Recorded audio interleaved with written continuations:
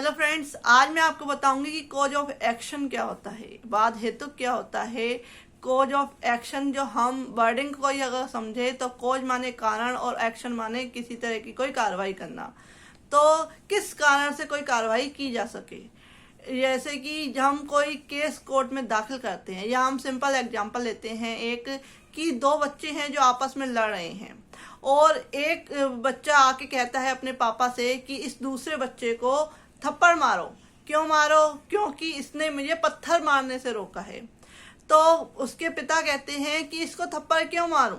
क्योंकि इसने तो तुझे रोका है, पत्थर मारने से रोका है।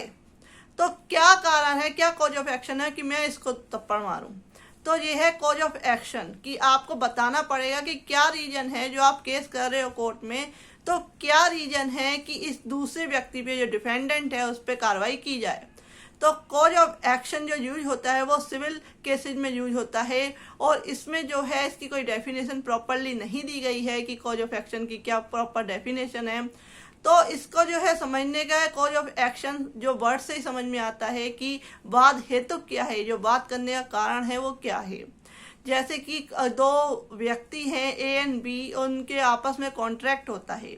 उसने एक को पैसा दिया और दूसरे ने उस पैसे को वापस नहीं किया। तो कॉज ऑफ एक्शन कहाँ पैदा हुआ कि उसने पैसा उस टाइम पीरियड पे वापस नहीं किया। तो जो है कॉज ऑफ एक्शन जो होता है वो तथ्यों, फैक्ट्स का जो होता है एक समूह होता है, जिसमें कि जिसके ऊपर आप केस कर रहे हैं तो किस रीजन से केस कर रहे हैं, क्या उसने गलती करी है, ये आपको प्रूव करना पड़ेगा कोर्ट में। तभी जो कोर्ट है वो उस एक्शन लेगी उस केस में।